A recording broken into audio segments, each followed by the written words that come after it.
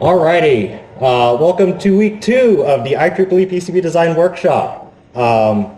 Today we're going to go over some things related to components and schematics, as the title says there. So just for a brief overview, this was our schedule. Last week we covered a brief introduction to schematics. Today we're going to cover schematics and component symbols. Last week we had you start, or at least attempt to try and make the schematic. If you didn't finish, no worries. I'm going to go through more step-by-step today, just in case you weren't able to make progress on it or had some issues with your license last week. So just some announcements before we get started. ASU budget, we're still waiting on getting a response back. We'll know hopefully by the beginning of October if we'll need to charge a fee. So you'll probably hear back in emails, or I'll announce it whenever we hear anything. And if you're still interested in doing alternative projects, so let's say you're part of another organization like CubeSat, FSAE, what other clubs are there, robotics, and you want to get a board manufactured with us so we can submit them all together, talk with me, let me know. We'll get your design files in with the order and we'll get them back to you. You can talk with me after class, Discord me, email me, whatever you want to do. I'm going to shill again for FSAE. If you're ever interested in gaining more experience, FSAE meets directly after this workshop in MEP 1435 with Nick Howard over there. Today I think we're going to be assigning projects to people, so if you're interested in actually getting involved in one of the projects that we have going on in the tractive/electrical team, today's probably a good day to show up. No experience is necessary, and we'll guide you through basically a step-by-step of what needs to be brought up online. We also have the IEEE Discord. It's not very alive, but it's one way you can reach me if you want to. These QR codes, like always, are going to be posted on the GitHub, so don't worry if you don't scan it now. Any questions before we get started? Alrighty. So today we're going to talk about component libraries. So last time I kind of imported that file that was called IEEE Workshop Footprint or something .pcblib. That's a component library. So libraries, like code libraries, are just collections of utility or collections of components and footprints. You have in C or whatever, Python, you import a library. It's a collection of different things you can use. So these libraries are components and footprints. All components for a project must be derived from a library. So the ones that I was showing you last week, those were pulled from the Altium Cloud library. Whenever you have your own project, you will typically maintain your own library, or the company that you work for will have a master library that you will use. You can use multiple libraries per project, so you have like a library that's just all the types of resistors that you use at your company. You can have a resistor library, you can have a transistor library, and you can import multiple of these to use in your projects. And typically library structures are consistent across platforms, so you have a symbol library, and then you'll have a PCB footprint library. Today we're going to talk more about the schematic or symbol libraries, just because we're still at that stage. And typically you'll tightly couple the footprint and symbol libraries because each component will be mapped to a footprint.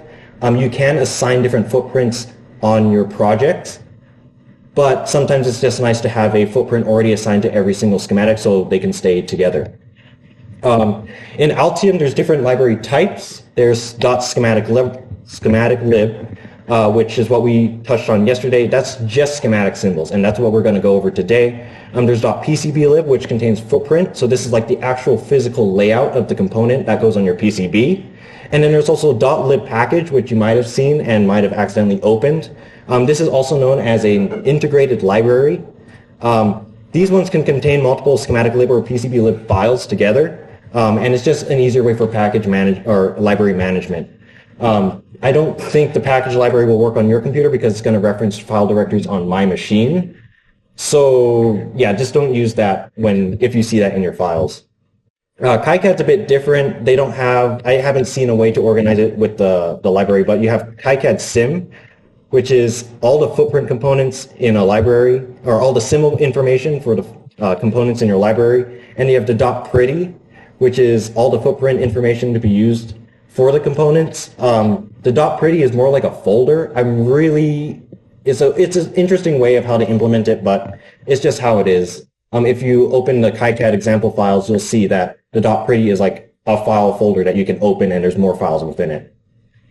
And just so you know, those symbols on the side, that's what they typically look like in your file directory and also on Altium. In KiCAD, you can kind of see those are what you would click on in order to actually edit those. But we're not going to demonstrate KiCAD today. We're going to use Altium. Any questions about those before we move on? Nope. Alrighty. We're going to talk about making them. So I would say one of the most time-consuming processes is just making your symbols, because you got to make sure every single symbol is correct to the component that you selected. If something is wrong here, like a wrong pin number or a wrong designator, it will propagate through your entire project and you will be debugging, why is this component not working?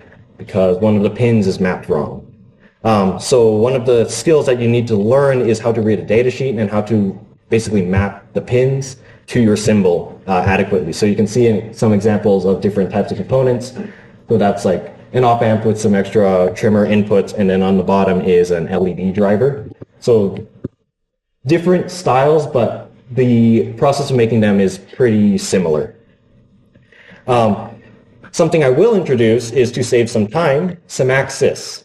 This is a component manager. It's a third-party company that actually makes symbols and footprints. So footprints are also another time-consuming part, but they will actually make these for you, and you can use an extension to integrate them directly with Altium. So you can save a lot of time by trying to search for said component in Semaxis, press an import button, and there you go, the part's in the schematic. Semaxis, I think in the more recent versions, added KiCAD support, so you can experiment with that as well if you would like. Semaxis does require you to create an account and to install the extension if you want to use it with Altium. I left some instructions in the email I sent 2 days ago, or yesterday, so if you want to check it out, there's some more information there. So, any questions? Yes? Semaxis? No. I'm not using Semaxis today, because today I'm just going to demonstrate how to actually make a component from scratch, just so you know the process, because sometimes you get a Semaxis component and it doesn't really look very nice, so you'd want to edit it to either be more consistent with your project formatting, or if you want to move some pins around so it's just a little bit easier to use, because sometimes Semaxis makes some interesting decisions on how they basically lay out their symbol. So, you know, it's a skill to learn, but you won't be disadvantaged. Yeah.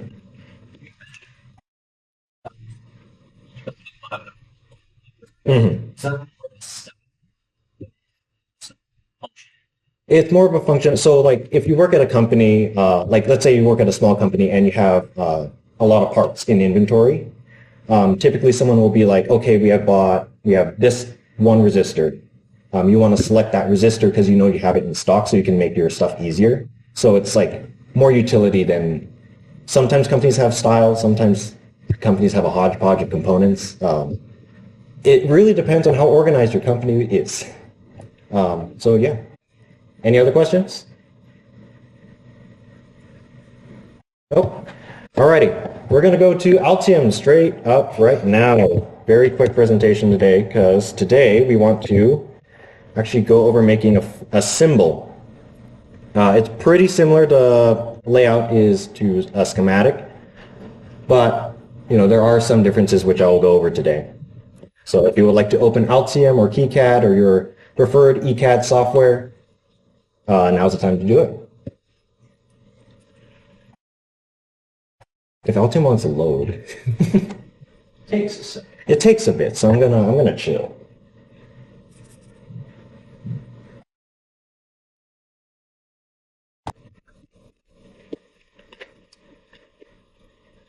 And this USB cable is not very happy, is it?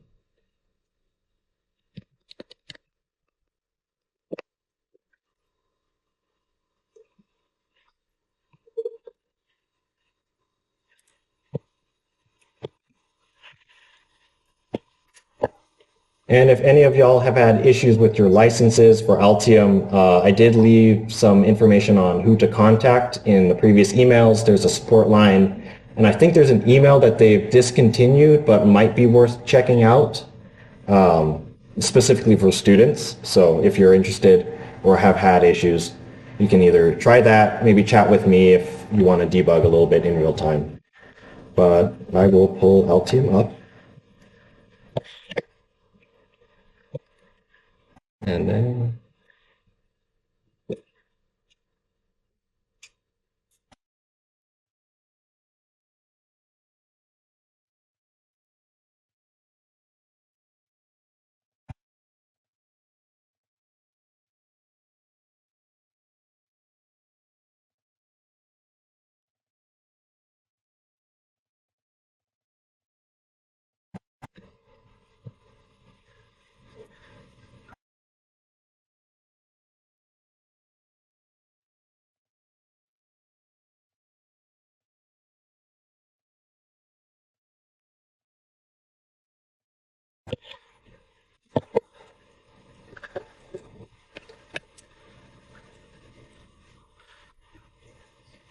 alrighty. Anyone still opening Altium, KiCAD, whatnot?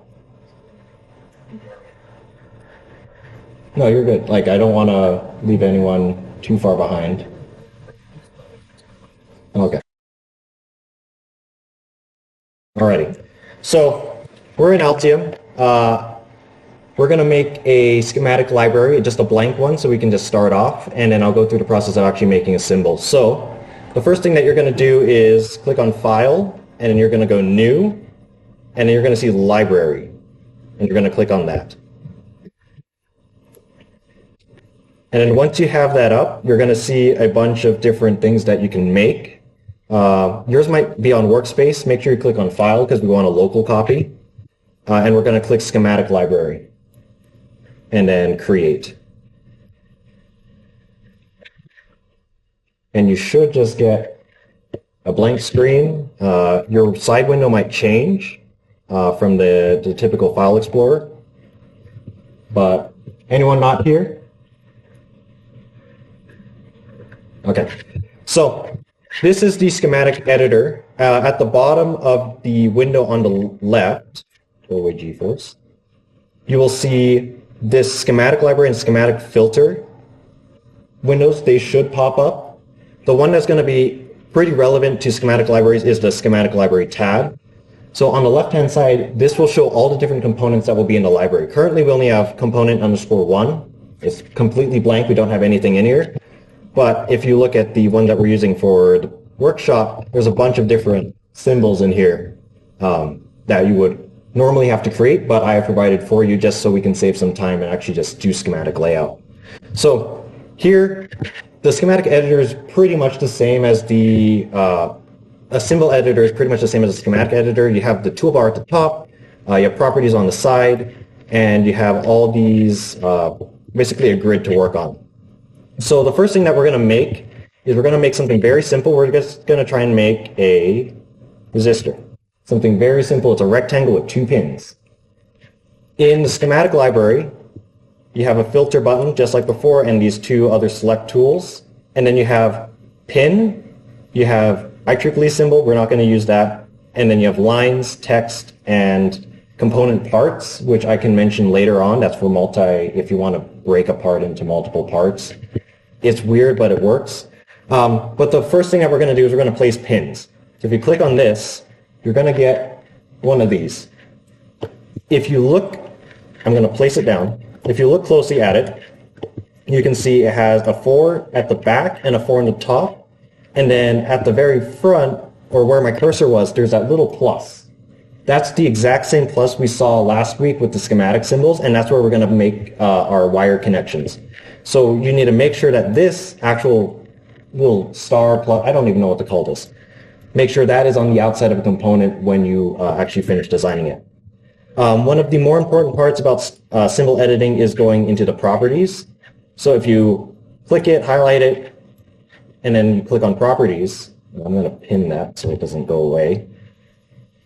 You can see that there are a bunch of different properties. There's like location, as I mentioned last week, there's a bunch of different properties in here. So the ones that are relevant to a pin are designator, name, functions is not really relevant to us right now, electrical type, and then if you want to add a description, you can. Sometimes you do, sometimes you don't. But the ones that are probably most relevant to us are designator, name, electrical type, and at the bottom, pin length. So the properties at the top, the designator and name, those are going to be editing those numbers that you see on the top. So designator, I'm going to call this pin 1 instead. So the designator at the top changes to the label 1. And then the name, you can call it like any text. So what's important to note is you can actually hide these. Sometimes like the resistor that we're going to make doesn't actually have any labels on it. So there's the little eye icon next to designator on the right hand side. Just click those and hide those away. I'm going to keep the name to 1 just so consistent. So hide those away. So a resistor has two. You go ahead. Yeah. Is there a potential for name? For naming, like what do you mean name, like designators or names? Either. Okay. So designators typically you number from 0 to however many pins you have, or sorry, not 0, 1. We're 1 indexed on in reality, unfortunately. So in a dip package, right, you have, let's see if I have an example.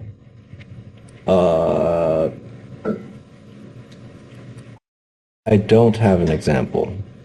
Let me open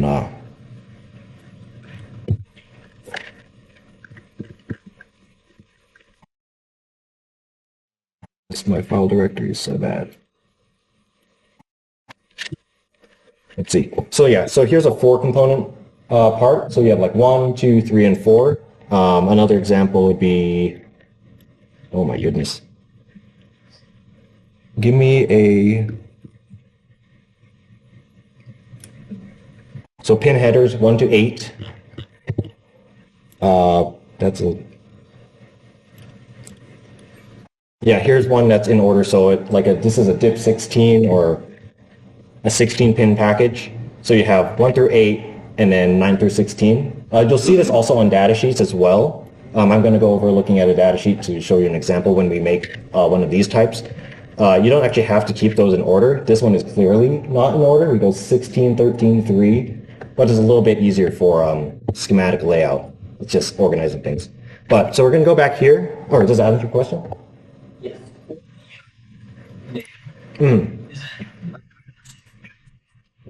Yeah, camel case.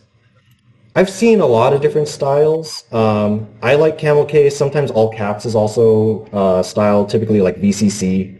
Some people do it like, I can edit this one, VCC like that. I typically keep it consistent. I just do all caps. Let me find something bigger maybe. Yeah, so these are all caps. Let's see, an STM controller. Yeah, these are like all caps. So you can mix them. I typically keep them all caps just because it's consistent and you won't end up with weird camel case. Usually if you need to do multiple words or need to split things, you use an underscore. So like here, I can zoom in. Like that, underscore. That's also an option. And you can put pluses, all different types of symbols. Some of them you can actually add bars over. I don't remember what part in here would have one, but you can add a specific character in there to add a bar over the top to indicate not, because you see that sometimes it's like active, low, clear. So you have a bar over CLR. That makes sense? Yes. Perfect. Alrighty. So I'm going to add one more pin onto this just so we have it. I'm going to hide the designator on both.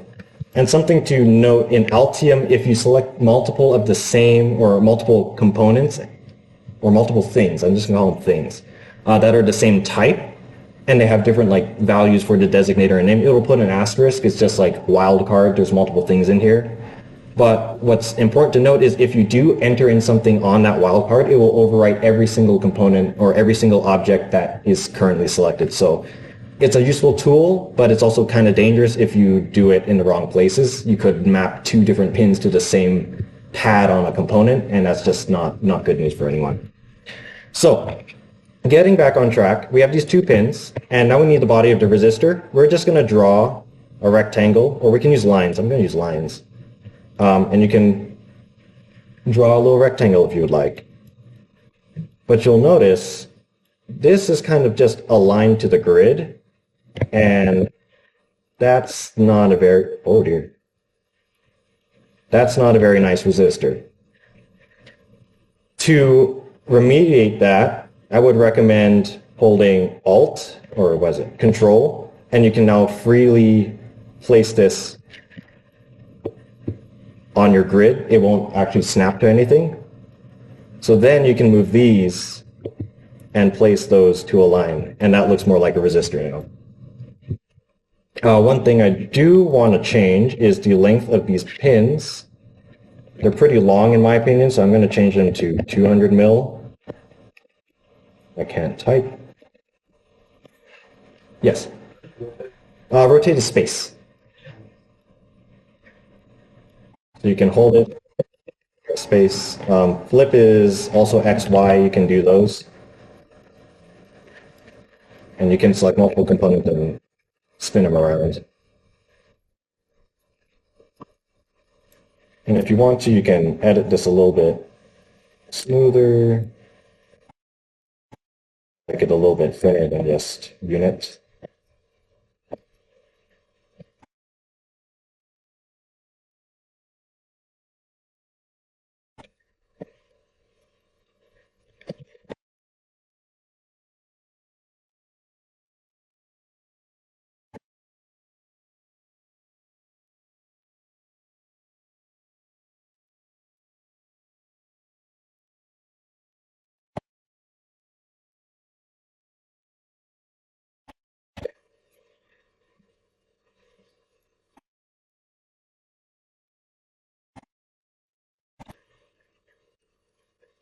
So yeah, anyone not able to draw a resistor?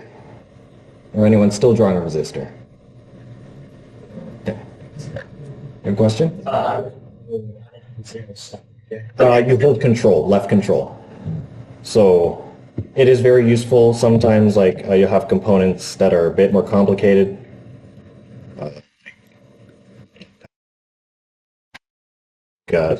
Transistor, or maybe a MOSFET.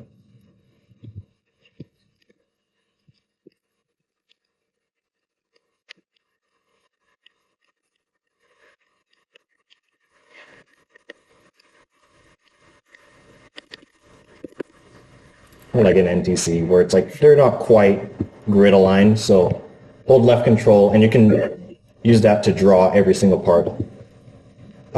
One thing to note is since there's two pins, make sure that your designator, one of them is 1 and the other is 2. That's basically all you need to make sure you have everything correct. This is a nice and simple two-pin part. Now we're going to go over something a bit more complicated. We're going to design the actual, what is it called? The switching regulator. So we're going to open the data sheet. So anyone stuck or need a bit more time for the resistor, or are we good to move on? I think we're good. All right. So I'm going to go to DigiKey. I cannot type. I have it. Oh no. That's going to be blurred in the recording.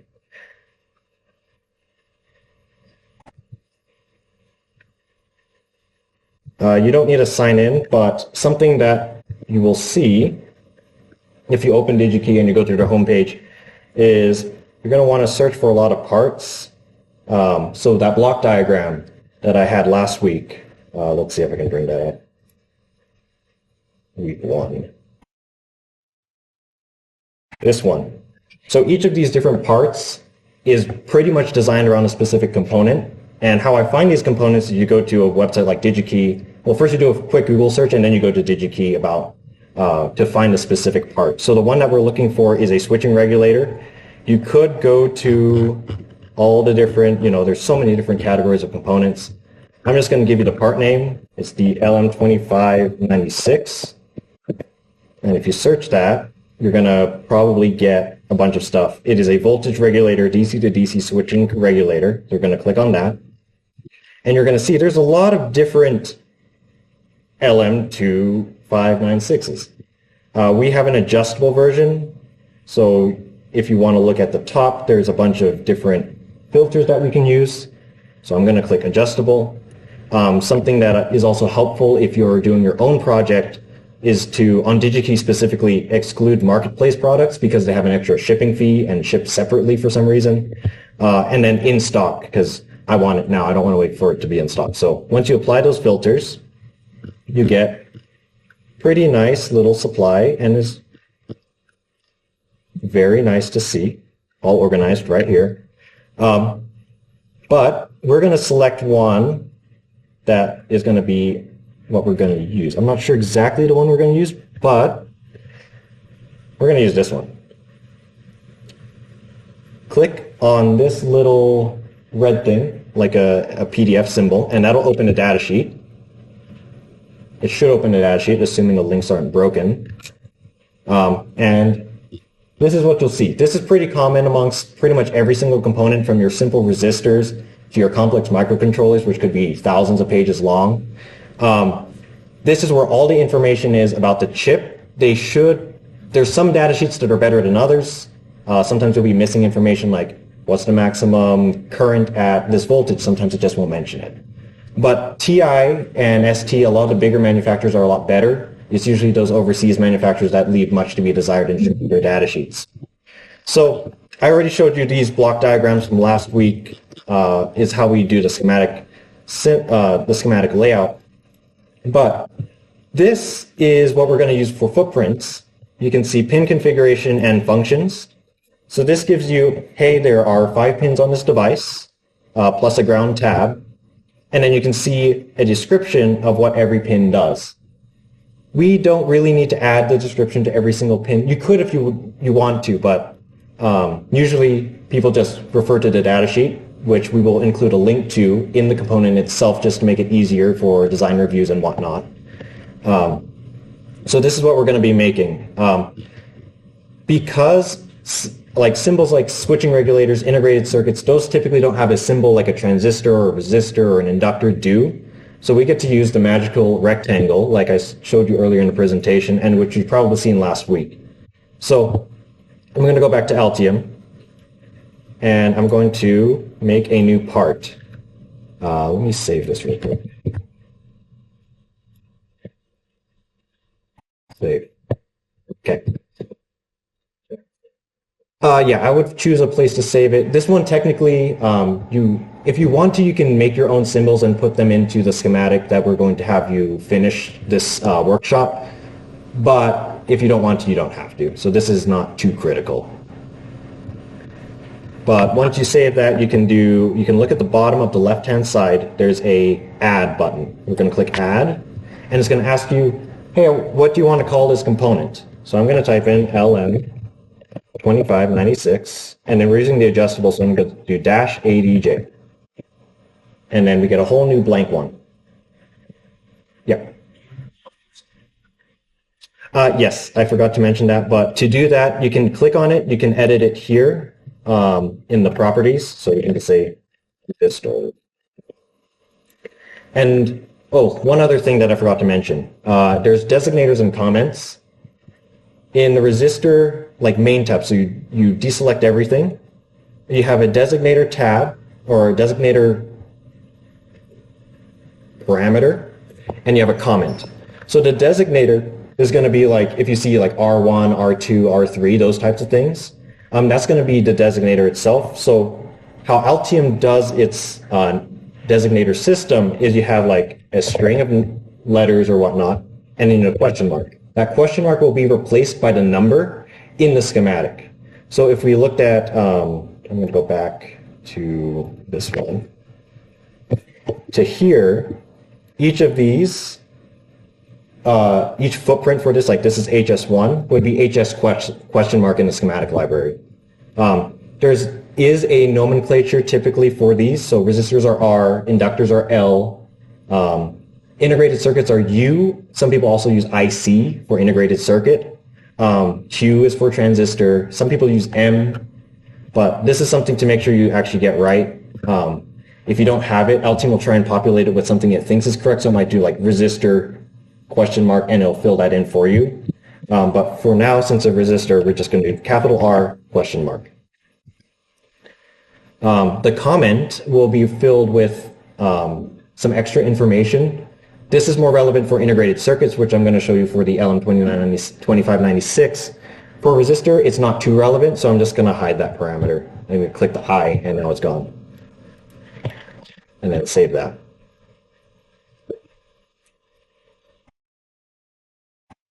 Okay, so we're going to go back to the LM2596 adjustable. Let's do the designator and comments right now, just because we're already here. The designator, I'm going to say is U, and then question mark. And then the comment, Altium will default to taking the design item ID and putting that as a comment. I like to verbosely put it, so I just copy paste, and that's pretty much it for that step.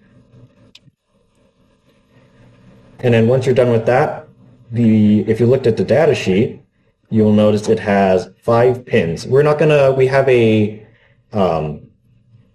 our style is the transistor outline, the vertical one, the TO220.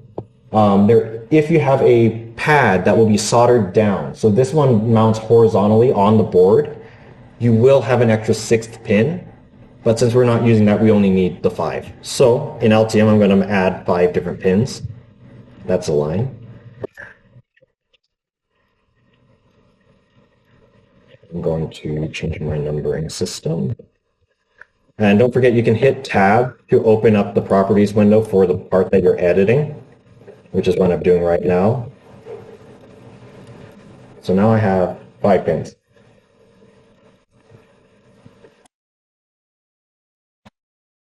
Now what I'm going to do is I'm going to name each of these pins according to what it says on the data sheet. Oops.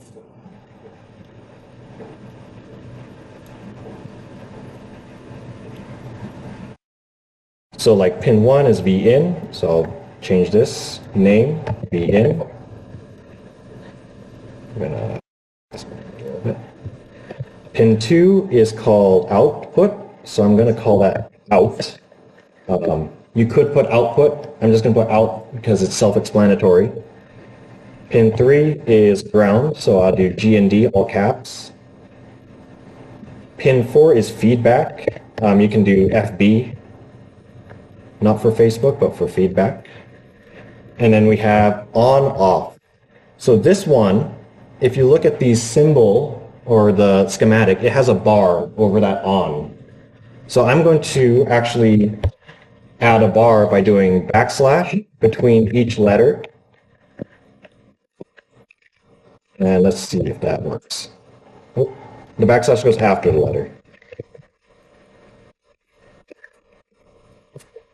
And if I could spell, that'd be great.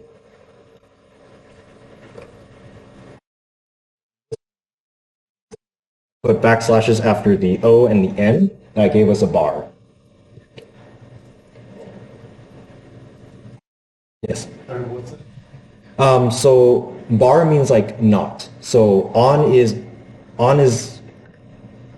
according to this part, the on-off pin is used to turn the switching regulator on or off, and it's on when it's 0. So it's off when it's 1. That's why it has a bar. Sometimes it'll just be on like that and not have an off on it. Sometimes you'll see like enable like that, which means it's enabled when the signal is low or 0 or grounded. It's useful for if it's being controlled by an external controller, if you have a physical switch. A microcontroller is like, I want to enable this supply now. This is how you control this. We're just going to tie it to ground for our purposes just because we want it to run all the time, but it's a useful functionality to have if you need it. Yep. Yes? Kind of silly then. Is there a way for me to mirror my phone? Yes. I will show you that after we get everything named. Let me just cancel. Okay. Okay, everyone got their pins? Alrighty. So, to mirror it, you can use X and Y to flip the axes. But something I'm going to do is, if we look at the actual data sheet again, there is no schematic symbol. It kind of just gives us a physical representation of what pin is what. So that means I get to decide what my symbol looks like. And because this is an integrated circuit, I get to use the rectangle. So to make a rectangle, you'll go to where your line tool was, and you can choose rectangle, and you should get like a yellow box. And then I'm just going to draw a yellow box. Where's the origin? I don't know the origin. Probably here. So I'm just going to draw a yellow box. I'm going to do it about like 8 units wide and 6 units down.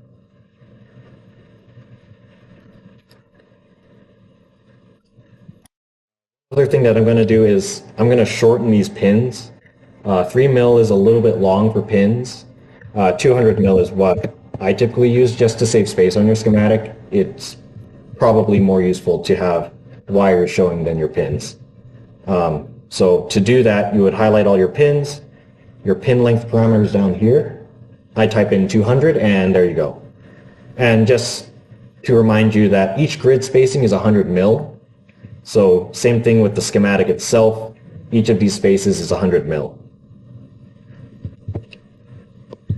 So once we're here, I'm going to lay out how I would like it to be. So typically we read left to right, so I would put my input on the left and my output on the right. You can either press space twice to rotate it, or you can press X and it'll flip it along the X axis. Well, something I did notice, the layer stack is wild.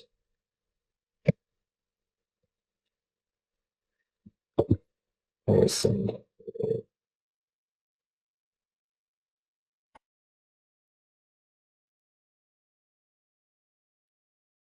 like me. So if you put it on the rectangle, it might hide it. I'm going to copy all my components, cut it, paste it. It's on the wrong layer. I forgot how to do the layers right now. I selected all the pins, copied it or cut it out, and then pasted it back on right where I took it out. So now it's on the top, so these won't be covered by the rectangle that we put on after the pins. So I put...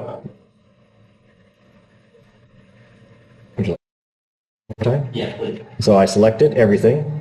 I deselected the rectangle, so I did Control click, and then Control X, Control V.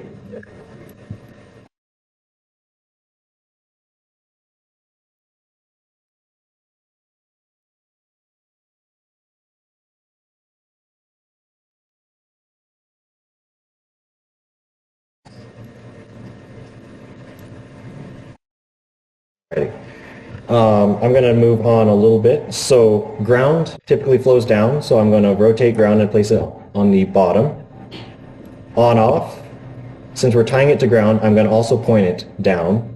And then this fourth pin feedback, I'm going to put next to the output because the feedback pin derives its signal from some feedback network from the output, which if you see in the schematic is here. So it looks like I put feedback at the top on the other one. If you would like to, by all means, you're more than welcome to flip them around as well. I might just do that. But yeah, that's a symbol. Pretty simple. Any questions? Yes.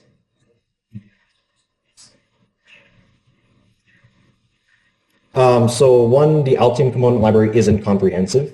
So there's going to be voids in it. Sometimes you just can't find a part. Sometimes you're ordering from like some obscure manufacturer, or you have to have a custom component. Let's say you have, you're designing a board and it has a PLC that you're integrating in. You'd probably have to make the schematic symbol. That's not going to be something you can find. Yeah.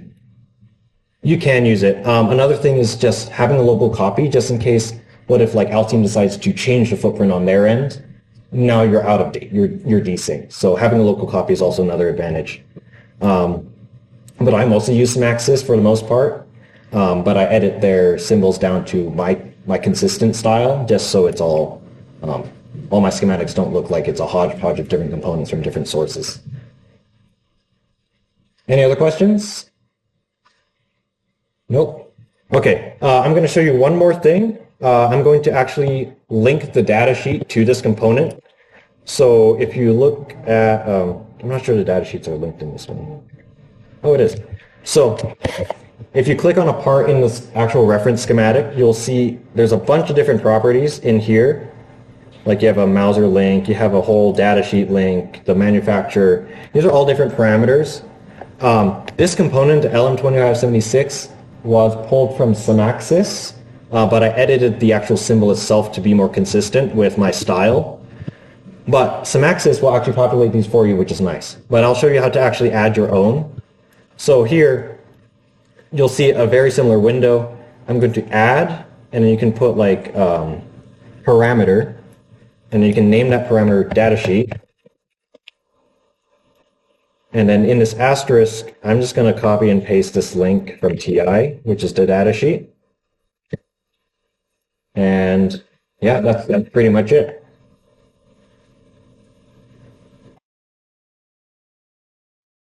And you can add a lot more parameters in here, anything you like. Some of them are special. If you want to put more information there, you can. Oh, one other thing that I forgot to mention, there's also this description tab or description box. Synaxis will fill it. Sometimes it's very like nondescript. Integrated circuit. That doesn't tell me what this does. What I typically do is I go to the datasheet itself and I literally copy these words into the designator or the description. So now when you're looking through your parts library, you can see all these different descriptions for parts. And okay, I know this is a simple switcher power converter from a quick glance instead of having to memorize every single part number because there are way too many out there and I don't expect you to know them all. So it'll show like right there.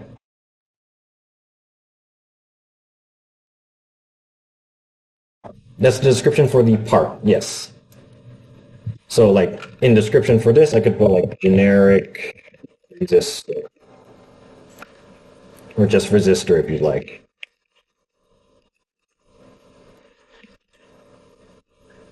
So yeah, that's basically schematic symbols and schematic libraries. Any questions before we move on to just like going over the schematic layout? I'm going to basically do it in front of you, and then if anyone has any specific questions, we can go over those. Nope. Alrighty, so I'm going to open my project file.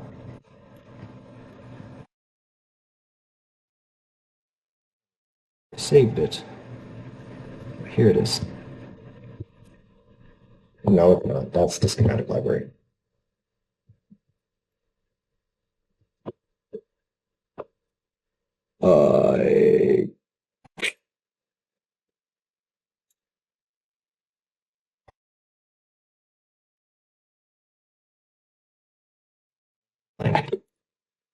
I'm just going to make a new one.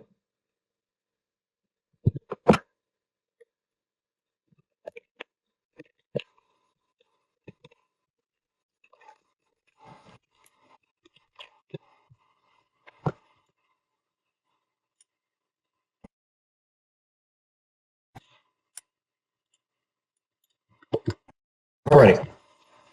So presumably last week we had all the schematic, the project setup, and you've already integrated your library. So I'm just going to go through the process of what I would do if you haven't done the process already of making your schematic.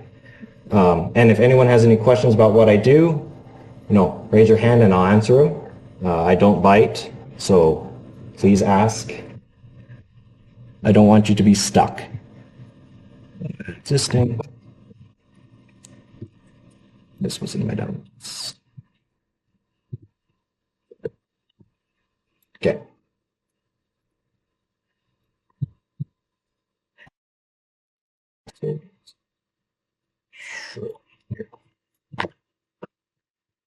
All right.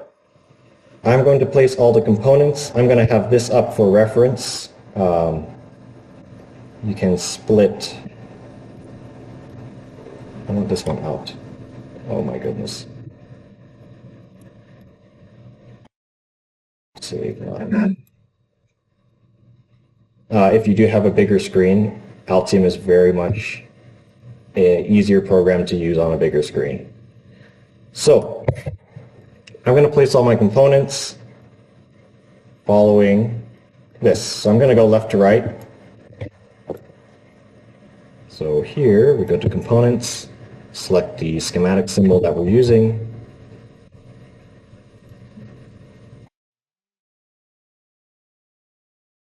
The correct library? Hold on. I'm missing like all my components.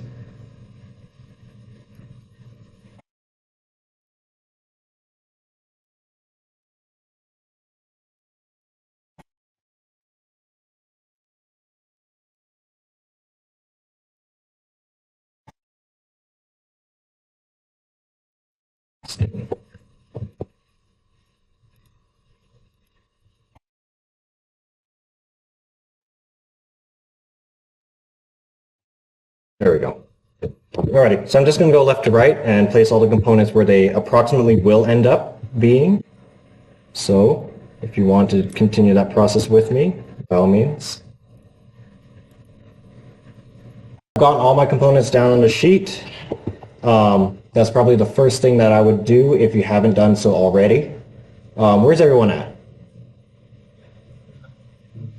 2 of them down? Okay. I'm just going to wait here for a bit. I'm going to walk around. If you have any like specific questions, I'll check in with you and make sure you're all good. But yeah, I just went through all the different components, placed them down.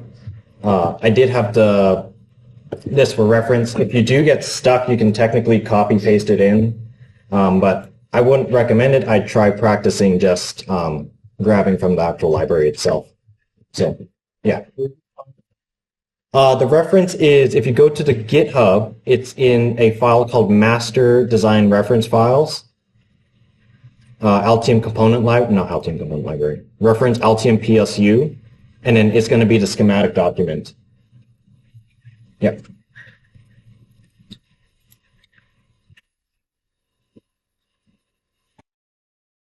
Alrighty. I'm just going to move on a little bit ahead. I'm just going to connect everything up.